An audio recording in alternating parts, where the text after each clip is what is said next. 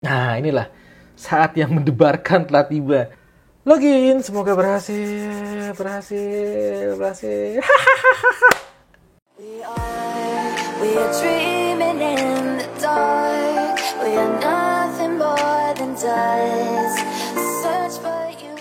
Halo Smart Internet People, ketemu lagi di seri tutorial yang sekarang ini kita akan coba bikin satu file server sendiri di cloud sehingga kita bisa taruh file-file kita bisa taruh file-file punya karyawan kita, punya keluarga kita di sini. Dan ini gampang banget, jadi Anda pun pasti bisa.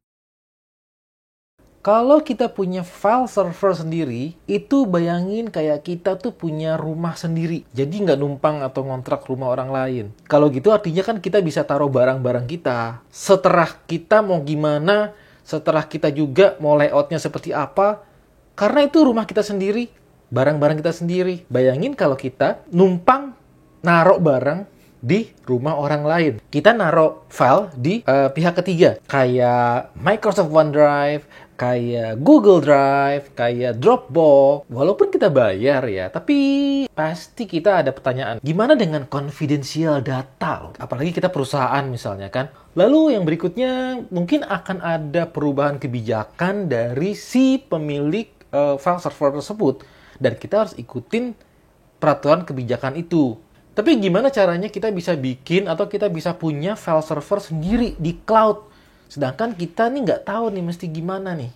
Tenang aja, di sini saya akan kasih tutorial step by step gimana caranya kita bisa punya cloud server sendiri sehingga kita nggak bergantung lagi untuk naruh file-file itu ke pihak ketiga yang tadi itu loh. Caranya gimana? Ikutin aja langkah-langkah ini, gampang banget pokoknya. Anda juga pasti bisa. Langkah pertama yang harus dilakukan adalah tentunya kita punya yang namanya cloud server. Kalau saya, cloud servernya ditaruh di Zeta-Grid. Kalau Anda pakai VPS, tapi kalau pakai VPS, saya nggak terlalu nyaranin. Kenapa? Karena gini, namanya file. Kita aja nih, di rumah, kalau kita punya flash disk ya, yang 8 GB misalnya, terus nanti bulan-bulan berikutnya kita nambah lagi file-file, terus nanti akan jadi kurang tuh 8 GB. Akhirnya apa? Kita beli lagi kan flash disk baru 32 GB, jadi 2 flash disk. Atau bahkan kita bisa jadi beli yang namanya external hard disk gede sekalian. 500 GB atau 1 tera gitu. Gede banget. Sama halnya dengan penyimpanan di cloud. Kalau di VPS, kalau udah kapasitinya mulai penuh nih, itu nanti kita akan repot. Kenapa? Karena kalau VPS kan kita harus subscribe atau beli paket yang baru di atasnya dari paket yang ada nih. Nanti setelah itu kita harus migrasi data nih dari yang lama ke yang baru. Kadang-kadang ada provider yang mau bantu, kadang-kadang nggak ada. Jadi ya ribet, Bo, untuk pindahin semua data dari server VPS yang lama ke server VPS yang baru. Kalau di cloud gimana? Kalau di cloud gampang banget. Harddisknya kurang, tinggal nambahin. Cuman 1 menit, harddisknya nambah. Nggak percaya? Nih, videonya ada di sini, tonton. Gimana caranya saya bisa nambahin kapasitas harddisk secepat itu, segampang itu. Oke, kita langsung aja di depan laptop kita dan pastikan Anda punya akses SSH ke server Anda. Jadi kalau saya lanjutan dari tutorial yang minggu lalu tuh di sini, itu kita pakai namanya operating system Ubuntu, Linux ya. Sehingga akses servernya itu menggunakan SSH. Pastikan Anda punya akses yang namanya SSH. Dan nah dengan SSH itu nanti Anda bisa masuk dengan menggunakan kayak command prompt lah di Windows itu. Tapi tenang aja. Walaupun kayaknya command prompt nih, hitam putih gimana caranya? Tenang aja. Pokoknya ini gampang, ikutin aja langkah-langkahnya, pasti Anda bisa. Yuk, kita akses langsung ke server kita. Jadi tahap pertama tentunya kita akses ke server kita. Kalau Anda pengguna Windows, Anda bisa download Putty ya. Anda googling aja download Putty di sini. Ini websitenya, ini download Putty di sini ya. Terus lalu ini klik here di sini, klik here. Lalu di sini Anda tinggal install aja. Biasanya yang ini sih. Anda tinggal install, klik next, udah jadi. Cara gunain Putty-nya gimana? Cara gunain Putty-nya ada di video saya yang ini nih. Jadi di menit-menit terakhir deh pokoknya. Saya ada gimana caranya kita akses server kita dengan SSH lewat Putty. Sekarang, kalau Anda bukan pengguna Windows, kalau saya sih pakai aplikasi namanya Zop8. Nah, ini sama aja, ya, sama aja intinya. Kita masuk dengan menggunakan SSH gitu. Saya coba masuk ya sekarang.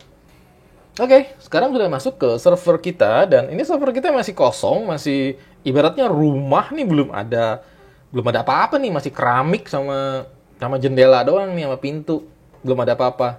Kita akan set up satu aplikasi file server yang namanya Nextcloud. Yes, Nextcloud is the best. Pokoknya Nextcloud itu free, jadi kita nggak perlu bayar untuk penggunaannya, ya, kecuali langsung aja langkah pertama kita download Nextcloud di server kita. Perintahnya adalah begini. Sudo snap install Nextcloud, enter. Nah, dia akan mendownload aplikasi Nextcloud ya ke kita punya server di sini.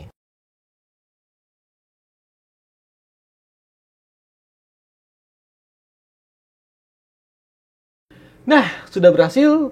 Nextcloud-nya sudah di-download dan di-install ke server kita. Dengan ini dia informasinya kalau Nextcloud-nya itu sudah berhasil di-install di komputer kita. Yes, di server kita, komputer lagi. Berikutnya apa? Berikutnya adalah kita harus menginisiasikan username dan password untuk bisa masuk ke Nextcloud kita. Jadi nanti username dan password ini kita akan gunakan untuk manage user, nambah user, bikin kuota, atau delete user. Nah, itu kita masuknya pakai dashboard. Kita masuk lewat username dan password yang kita tentuin di sini. Kita tentuin sekarang username dan passwordnya. Perintahnya adalah sudo nextcloud manual install username dan password. Kalau saya pakai admin, username-nya, spasi, password-nya. Password-nya juga admin 123. Jangan ditiru ya. Ini password yang agak tolol. Jangan bikin password segampang ini ya. Jadi ini nggak usah, ini contoh doang. Jadi nggak usah ditiru. Bikinlah yang susah mungkin gitu loh. Enter. Nah, kita sudah setting username dan password untuk admin nantinya. Dan tahap yang berikutnya adalah kita pairing. Pairing dengan apa? Dengan nama domain. Jadi nanti di administrasi si Nextcloud-nya ya, file server kita, itu kita aksesnya lewat nama domain. Contohnya kalau kita akses nama domain kan pakai https facebook.com, detik.com, kompas.com dan sebagainya, itu kan nama domain. Jadi kita nggak ngetikin lagi angka IP address 103 berapa, bingung. Untuk urusan domain saya nggak akan capture di video ini karena ya kelamaan, dan banyak juga video-video yang ngajarin kita tentang gimana cara beli domain tuh gampang, cuma 5 menit domain tuh jadi. Nama domainnya juga terserah, mau .com, .net, .org, .id, apapun terserah. Pokoknya nama domain yang bisa diakses di internet nantinya. Muncrat. Kalau Anda udah punya, kita pairingkan di sini dengan si Nextcloud-nya. Cara pairingkannya gimana? Perintahnya begini.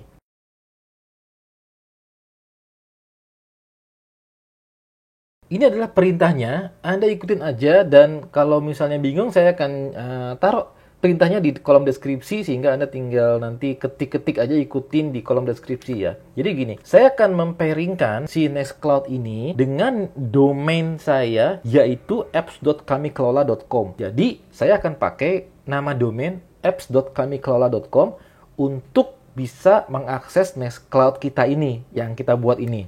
Anda beli domain, misalnya dodolgarut.id ya. Anda ganti dengan dodolgarut.id, dodolgarut.id. Karena saya tadi pakai apps.kamikelola.com, maka saya gininya apps.kamikelola.com. Enter. Oh, sorry, ada yang salah. Ada typo. Lihat, perhatiin. Ini ada typo. Nextcloud, harusnya Nextcloud. Nih, tuh di sini harusnya Nextcloud, bukan Nextcloud. Oke, enter.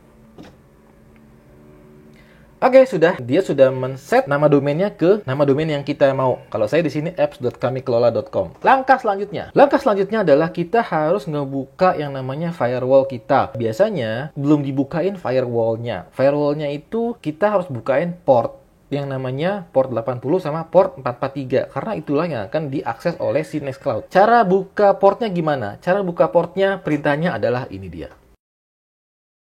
Kita akan memerintahkan si Ubuntu Linux ini untuk membuka atau mengallow traffic data yang datang ke dan dari port 80 dan 443. Enter.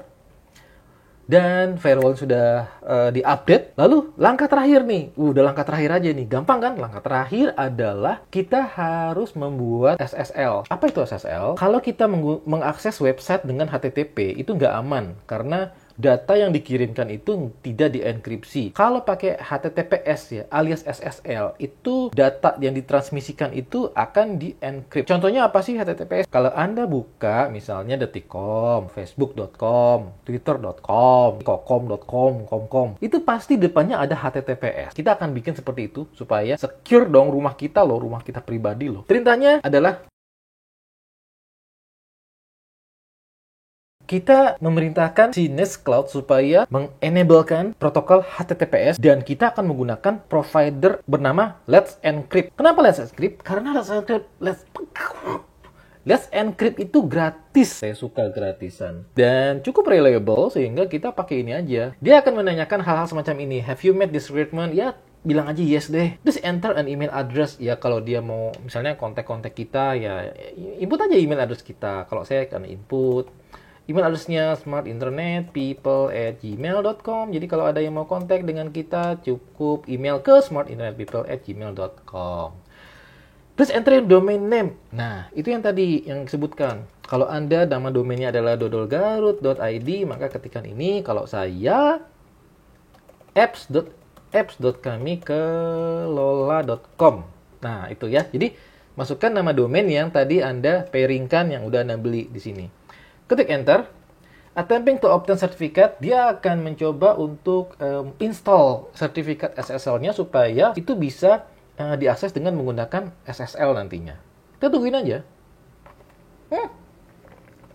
Udah done, cepet juga. Belum juga minum seteguk. Nah, inilah saat yang mendebarkan telah tiba. Karena ini udah done, udah semua step by stepnya untuk membangun sebuah file server di cloud dan sudah berhasil, kita akan coba akses lewat browser. Apakah berhasil apa enggak? Kita nggak tahu. Bahkan saya pun nggak tahu apakah ini berhasil apa enggak. Kita coba aja. Buka browser Anda. Nah, kita coba di sini ketikkan nama domainnya. Kalau nama domain tadi Anda beli dan Anda pairing, itu ketikan aja. Saya akan ketikkan apps.kami-kelola yang kita pairing di sini. Yes!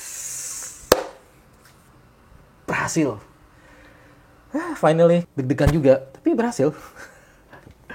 Ini udah berhasil, dan kita akan coba login dengan username dan password yang tadi kita bikin. Passwordnya apa ya? Oh, admin123. Kita coba login. Username-nya admin, passwordnya admin123. Susah amat sih.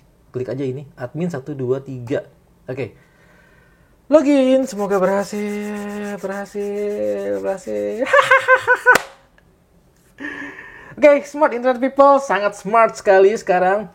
Kita berhasil membangun satu file server di cloud, punya kita sendiri, sehingga kita nantinya nggak perlu lagi untuk namanya taruh-taruh file kita tuh di perusahaan pihak ketiga. Jadi ini adalah file server kita sendiri, punya kita sendiri. Kita mau set up apapun terserah kita. Kita mau set up kuotanya juga terserah kita, dan welcome to Nextcloud milik kita sendiri. Di video selanjutnya nanti saya akan bagikan tutorial gimana caranya bikin user tambahan. Jadi kayak kita punya karyawan misalnya, kita bikin list user karyawan supaya mereka juga bisa naruh file mereka di sini. Jadi tercentralize nih ceritanya. Atau kita punya keluarga, punya papa, mama, eyang, istri, anak, selingkuhan dan sebagainya. Mereka bisa taruh file mereka di sini dalam satu rumah kita sendiri. Nanti saya akan bagikan caranya gimana, cara setting kuotanya gimana, cara setting usernya gimana di video selanjutnya. Oke, selamat, kita sudah berhasil punya satu file server cloud, dan sampai ketemu di video berikutnya. We are dreaming.